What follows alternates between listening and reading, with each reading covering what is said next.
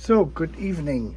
Tonight I got the video for you where we want to talk about on how to identify the old Fleischmann locomotives and on how I clean them, or what has worked out for me pretty well. And we're going to use as the example here for this the 1955-56 E44. And I'm going to edit this video and I will explain all the details. So anyone who has any kind of Fleischmann locomotive in the HO scale from the time frame from 1952 until about 1965-66, including the American models they had in those days, they probably you wanna watch this video before you're gonna scroll through to the next one. The question about identification, I think I may do, we're gonna do this now or not. Yeah, I'm gonna explain this real quick on what has changed. These parts you see here are the original motor. I had called the other motor the original one, but this is the very first version of it. And between this version and the other one you saw on the red V200 from 1958 or 59, only this plate and this here changed. Only these two items. This is the same, the anchor is the same, the brushes is the same, capacitor is the same, inductor is the same. And the only other thing they had on this engine here, on the first one, is these caps which hold the brushes with the springs in these little guides. Is they actually screw in here. This is threaded. That is probably one of the most important changes in here. Let me see if we can see this nicely. Yeah, I think we can. This is threaded. So these little caps actually screw in here, just like this. And that is the only difference really there is. And you can see this is a Pertinax cover that was then changed in the metal. And here on this one you can see this already too. They have already the brass inserts for the guides, and they were simply folded over to hold in place. And here this metal plate makes a contact through this hole with the body of the engine itself for grounding purposes. So this would be the grounded pole. The original motor, this is actually one of the easiest motors to convert to DCC, because all we need to do is insulate this screw here, this screw here, and then we have this pin here, or this pole floating for our DCC decoder. And this one is floating already. As simple as that. There was really not much to it. And the other thing is what they did on this early version on the motor, if we want to start with the motor, is the capacitor bridge is simply put over here, just like this. It wasn't soldered on yet, but you have your solder points here for the wire. And you can, let me see. Yeah, now we can zoom nicely here. You can see this. And you can solder your wire on here. And this is only held in place by those two screw caps. So that was the change. Everything was, you could completely disassemble this. See this? This is what that looked like. A capacitor with the two solder connection. So this is actually the best motor. This went to the metal plate, and this is the metal plate I drilled up for the V200, was the successor. This was the second version. This is the first version. This was the second version. Now, the anchor or the coil system here on this motor is also only 11.5 ohms on this.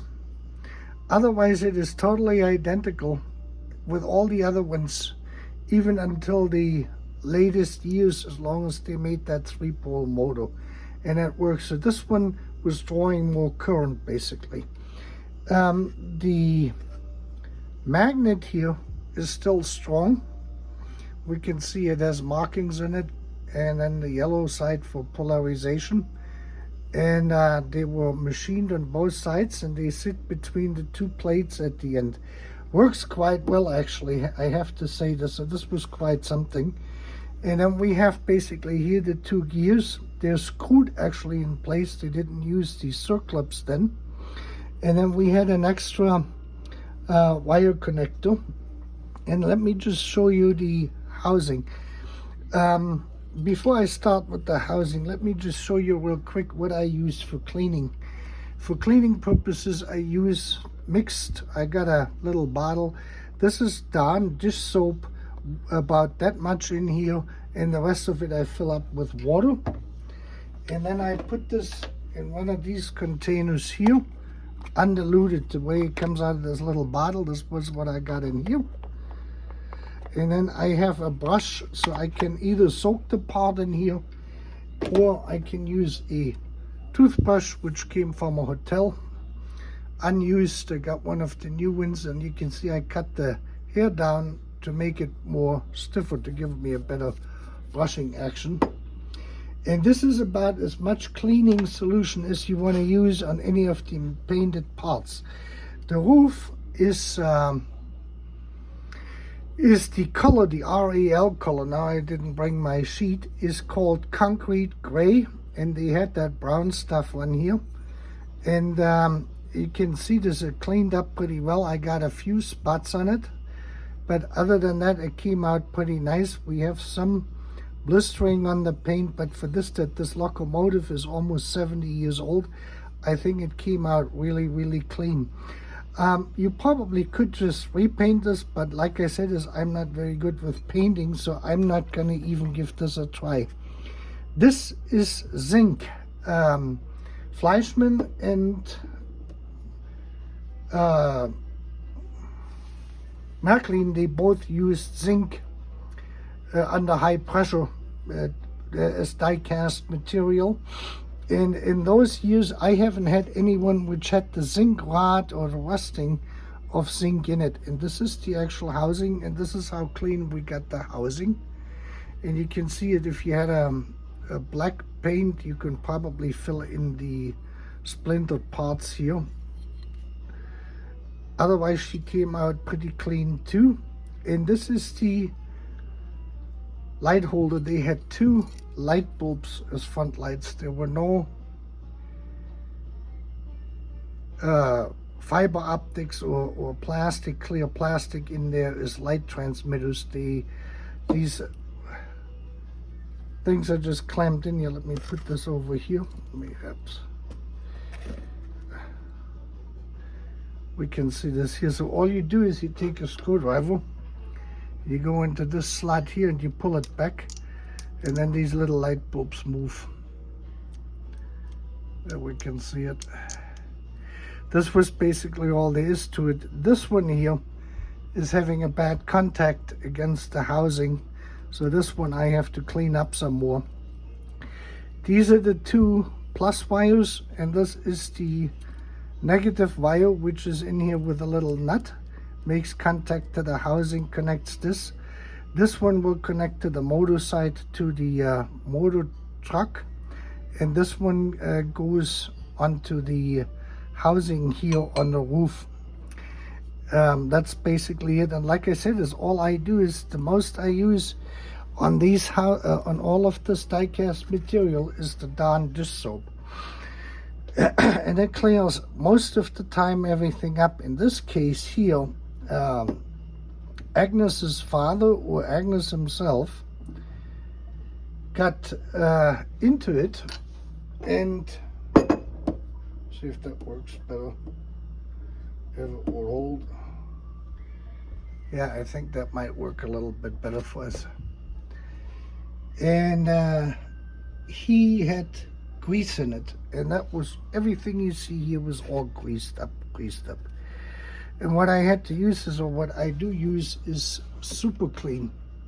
This stuff here, and I do the same thing. I put the super clean with a little bit of water in one of these things, and then I let it soak, and I use the brush. You have to be careful. This color here, the color they used on the die cast material, even Dawn will start to dissolve this if you leave it in there for too long, or in concentrated form directly out of the bottle. So you want to be careful with that. On the motor end, I think we have covered everything. The motor truck carriage, so to speak, has a notch here. Let me see, I have to really bring the light over. We can see the notch here. And I had found something else here. I have a burr on the side I have to grind down, because the wheel is going to go in here. You can see that little edge there standing out here. And now we can actually, this is a much better way to zoom in. We're going to use a file, a small file, and get that cleaned up. And on this notch side here, the housing will fit in here like this. So you can see this is how the motor shield fits in here. And you can see the motor shield is non-magnetic. And this wheel here, which is out of metal, which has quite a few grind marks. Let me see if I can show you those. You can see this nicely. This is why I turned off the big lights, because I can get the zooming better done here. You can see it. There used to be a plastic washer or small washer underneath it, and that must have gotten lost at one point or another in the cleaning. And now this was rubbing right on here. There should be a little gap, but there isn't. You can see it there to the top. There is for the nut, or for the screw which goes over it. There's a little, see this, it's offset. So there is a washer supposed to be underneath there, which is no longer there. And someone cleaned this. Either they forgot it when they put it together, or it was cleaned at one point and greased by Angus or his dad, and they lost that little. This is one thing you have to do. They lost that little washer. This is something you have to do when you take the motor apart. There is most likely plastic washers on here on this shaft side, and sometimes on this one. They're very small and very thin, and they're usually clear. They're very difficult to see, and they get easily lost. And the same have the thing for the gears. So this gear goes here, and this gear goes here, basically like this. And they're in here with these two screws you see here. I'm not going to pick them up. And then the anchor just comes with the shaft. The rotor comes through here, and then we have the old style die cast, zinc die cast gear with the top part where the gears don't go all the way through. And that just goes on here and then goes in here, and then that's basically it. This is all there was to this motor. See this, you push this on. This has still a resistance to it, so I don't want to push it all the way on now. But this is basically what you got here. And I cleaned this up here, and you can see this. This was black. These wheels here, after all these years, they're clear. This was a clear plastic, or semi-clear, as you can see here. Yeah, you can see this nicely. And I got this almost completely cleared, and you can see the marks of running this. And then this side here too. This is a die cast wheel here too.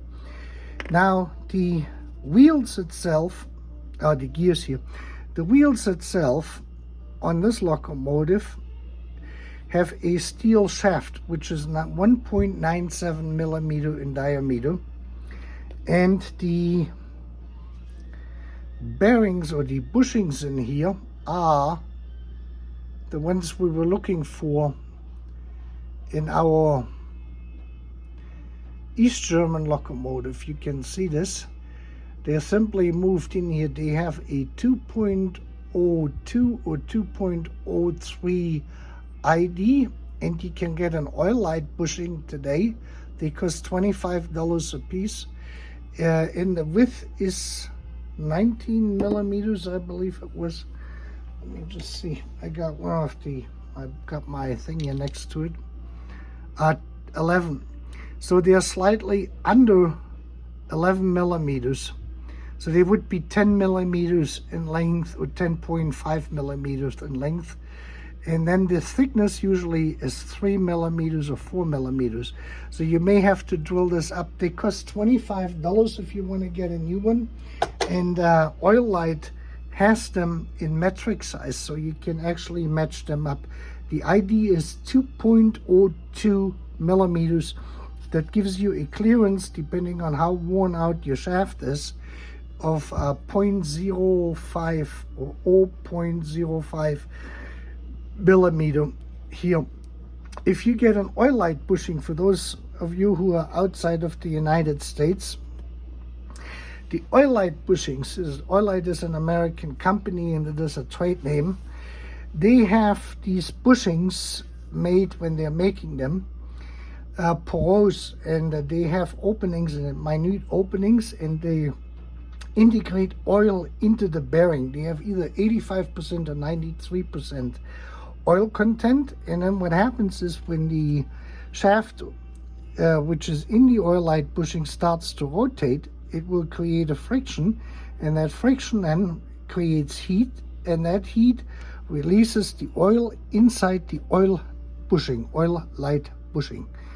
And that was their patent, and only the Americans had this, and that works quite well. It will work for so and so many hours, and it works with any shaft up to a certain RPM. So you have to check when you get an Oil Light bushing in here to make sure that the RPM of the shaft does not exceed the RPM capability of the Oil Light bushing. So now, like I said, we can see here on these wheels. Let me see, I get the other one here, this one here. I have cleaned them down, and they have been cleaned only with alcohol, with isopropyl alcohol, industrial grade, paint safe, 99.9%. And I use that toothbrush with it, and then I have this in one of these bottles here, which is, I fill that in here from the eye care center to clean your glasses. So when I use them up, I keep these, because these bottles are resistant to alcohol, any way, form, or shape, and they won't fall apart or deteriorate. And I can just spray this on a little bit, and then use a napkin like these ones here, and then just go around it, and then I actually spray a little bit of the alcohol on the napkin, and I go around it and I clean it off until there is nothing stuck to the paper napkin anymore. And this is what they look like. And here we can see that our friend in South Africa got his first railroad kit. That was the one in 1955 with the E44 and the 3 passenger cars and the steel track, the original steel track. We can see here the color. Let me say this another way, is the shaft is steel.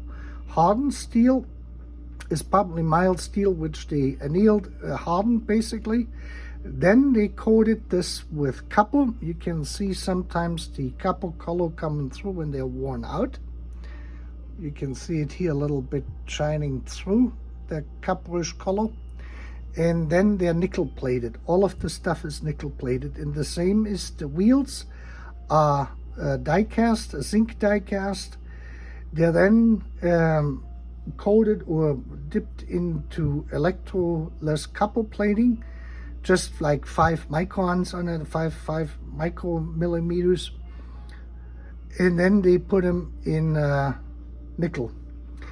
And this matte color you have on here is actually the residue from the steel track. So Angus ran his train quite a bit, and he ran it quite hard too. You see, we have this one goes here. We can see it here nicely, very nicely. You can see on the outside edge, you still have the nickel on it. And where it ran on the steel track, it rubbed down the steel track because nickel plating, electroless nickel plating is harder than that steel they used on the original tracks until they changed over to brass. So with the Fleischmann wheels, you're better off on nickel silver tracks because this is nickel to begin with, or nickel coated. I would not recommend using anything abrasive on these wheels, sanding paper or steel wool or anything, because the nickel plating itself is very, very thin. And 10 microns, 15 microns or something like this. And if you use something abrasive, they will basically, that will wear this down all the way down to the zinc. And the zinc is not very hard, and that will wear out your wheels. We can see this here too. And here we can actually see that on some parts they were cleaned. And we have the copper color shining through because someone used sandpaper. That wasn't me. So someone had tried already to clean these, and since there was only one owner on this engine, which was Angus, it was probably Angus who tried to clean them. And here you can see this too. We have that grayish color on there. That is the steel track itself, the old Fleischmann steel track. I put this one already together. That is clean but unpainted. I didn't repaint it. And I put the Märklin coupler on here, and I put a new spring in here. And I want to show you this next on how we're going to install actually a spring on this here. On the original, I have to go over to the side here. And the original trucks, they had a steel wire going across here from this left side from here to here. And that was guided inside. This is hard to see. There's like, I made this a slot, but there was only a hole basically in there. It was kind of squeezed together. They put something in there. And I had to reopen this because the old steel wire they had for this hasn't been available in ages. And I have a whole box here with the goodies. And we're going to get us one of these here. And that is quite an undertaking.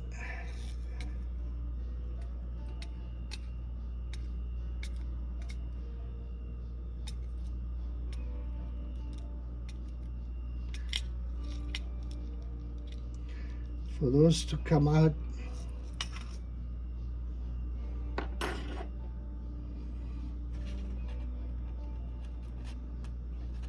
That's the wrong one. The first one I grabbed was wrong. This one here is the right one.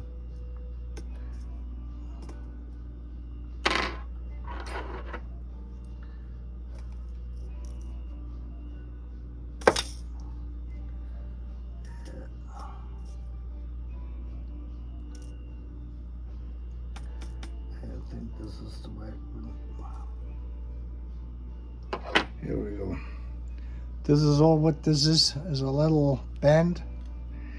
And this goes in here. I'm going to show you this. And what I did is I used the screwdriver and the knife to create the slot for this to go all the way across. And then it is inserted like this here. So now you can see it. It sits now in that slot. Here you can see it from the front. And now comes the challenge to get this in. And what I do is I use a tad bit of glue. I hope you can see this here on the side.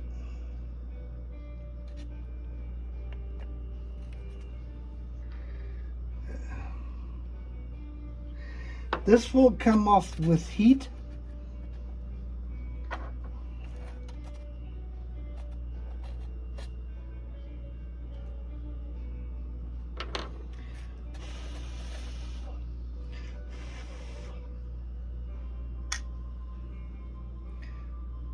So we got this now secured in here.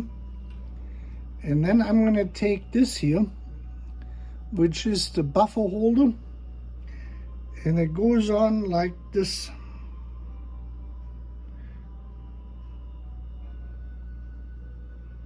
And I take one buffer and I screw it in. And now I can actually lift this part here still up if I leave it a little bit of room. And now we can take the good buffer. This is the second version. I will explain the differences. So this is the Fleischmann buffer which goes in here. And now we got this in.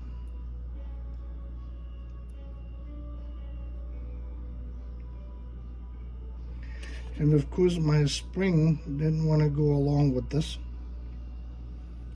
so many times. So we have to wait until the glue holds this better in place. Let me let that dry. This will take a few minutes. Alright, so we're gonna let this dry while we keep going here. So this is in place so this doesn't fall out. This is a little bit tricky. This is one of the most trickiest thing on a Fleischmann locomotive to fix. But that's basically where that is at. And then this is all assembled, and here again is we have just with the polarity on this one, we can see this is the front. This should be the blue wire actually here on this side. And so the plus side, the insulated side is on the left side going in forwards, and the grounded side with the wheel base here with the whole truck carriage is on the right hand side. So I leave this here as alignment, and we can see our thing here would be going this direction, and this would put us in this way with this thing on here. This goes on here like this, and then the screw comes in from the top basically. So we're just rotating this now. We're going to be here. So we know this is the insulated side. This is always the uninsulated, the non-insulated side on the wheels.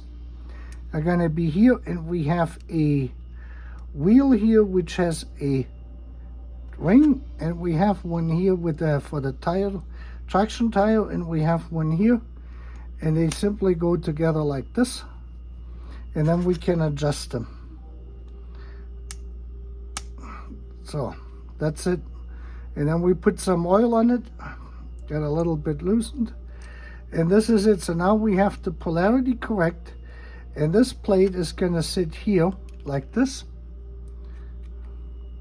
just like that, with that gear then driving these two tires. And that's basically all there is to it. And I use for the lubrication on this system the 107 PTFE, and we just put a little drop of oil on each one of these, and they're gonna be happy. I usually push them a little bit out for this. I'm not gonna do this now in the video. And then the whole thing is ready to be reassembled, and then we can go on. Now, since we're now basically at the end of the video, the primary identifications of the age of the locomotive is the wheels. The spoke wheels came into effect. There is three groups, 1952, 53, and the changes came with the catalog in June, July of each year. So you have June 52 to June 53, from June 53 until June 54. That is the first version. And what was different on the first version was the wheels didn't have any spokes. They were kind of full. The die cast was basically solid in here. That is one. Then the handles. Here, these holes here, these ones here, which are going to about the upper third of that window, were by far higher, just right at the height of the frame of that window here, right here on that window frame. And I will show a picture of that. That was the second indication. And then the catenaries were different. And they changed 3 times. The first one's for 52, 53. Then the second set 54, 55, which are these here. The one you see here exactly as they are. And they were painted red. And you can see this, that kind of came off. And I'm gonna see, let's see if this is steel or if this is, yeah, it is steel. So this is just mild steel wire, what they used here on all of this stuff. You can see it. It's just completely, everything is steel here. So we can de-rust this, and then I coat them with this here because I don't have anything, which is wet insulating varnish. And then we got them basically restored. So the red is going to look a little bit different from the original one. So we know that the catenaries are the 54, 55 version. The chassis, which I have here, the housing, is the 1956 on version. So but the catenaries are from 55, 40, 54, 55. So that indicates that this engine had already the newer 56 tires or wheels, the housing, but it still had the original 54, 55 roof and the 54, 55 catenaries. So this was in the end of 1955, early 1956, in that range when this engine was built. The motor did not change until 1958, when we have this, and this part is different like you saw in the other video for the early V200 I have. And then the other thing is what we can show, where you know the 53 and the 54 version had the slightly earlier version of this type of coupler, Fleischmann coupler. It was angled forward, and this whole thing here was much wider. And only 52 and 53 had the different couplers. So by the wheels, the coupler, the housing, and the catenaries, you can determine if it is a 52, 53, 54, 55, or then 56 on up. And in this case here, what we have is we have an in-between, which is common, where we have already the newer housing and the newer wheels, but we still, and the couplers had changed already, but we still have the earlier catenaries on here. So this is how we know for sure. And let me see if we can finish now the installation of my glue here. No, that is still not hot, but I'm going to give it another try and see if we can get the thing in here. See, I cannot see very well doing this.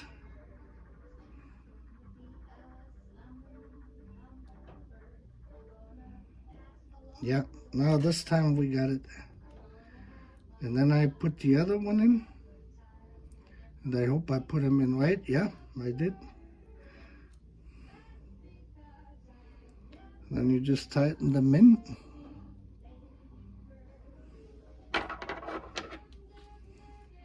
And then we tighten them up.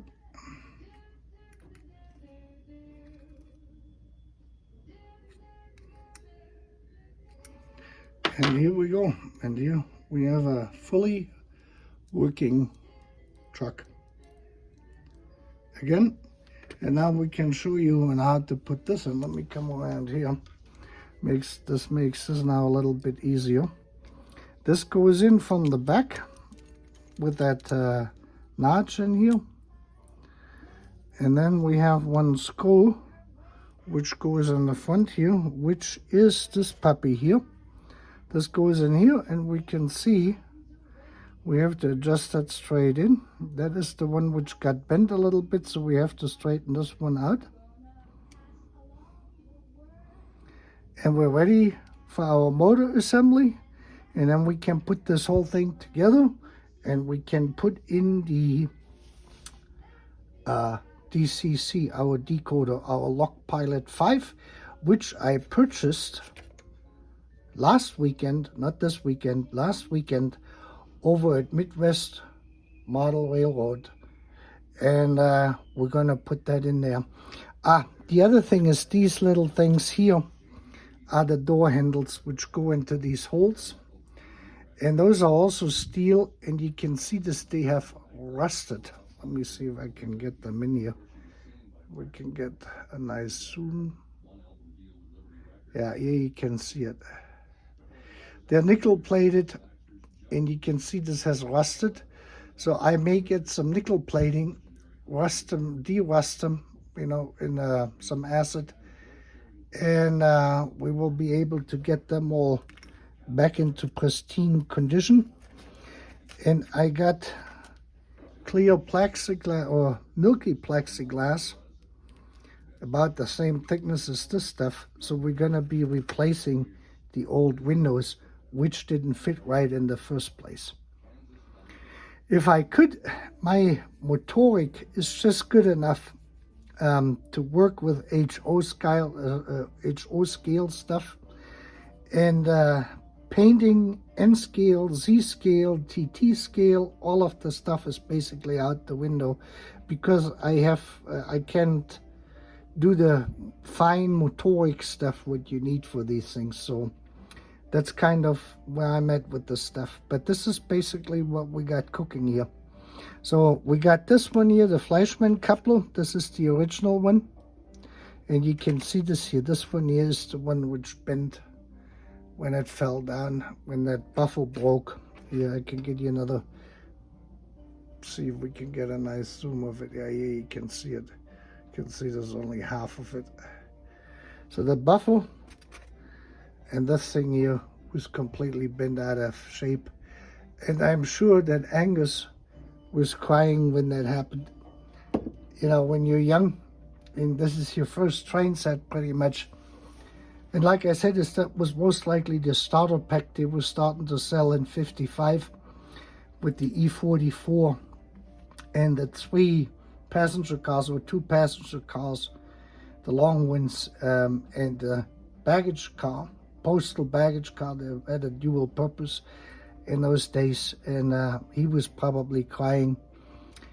Well, there you got it. And the American models, what they had back then for the Santa Fe and Union Pacific or whatever else they may have had, they all gonna look very much the same of what you got here. And I hope this video can help you.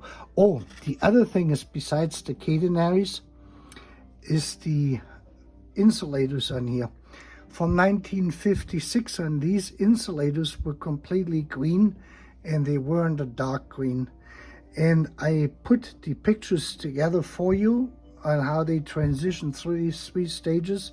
And I'm showing this motor actually assembled from the first Fleischmann catalog from 1952 or 1953, where that motor is installed in one of the big steam locomotives from Fleischmann. I think it is the was a 464 or something like this. You will see it when you take a look at it here in a minute. With that, I'm saying goodbye, and don't forget to watch the next 25 seconds. Thank you.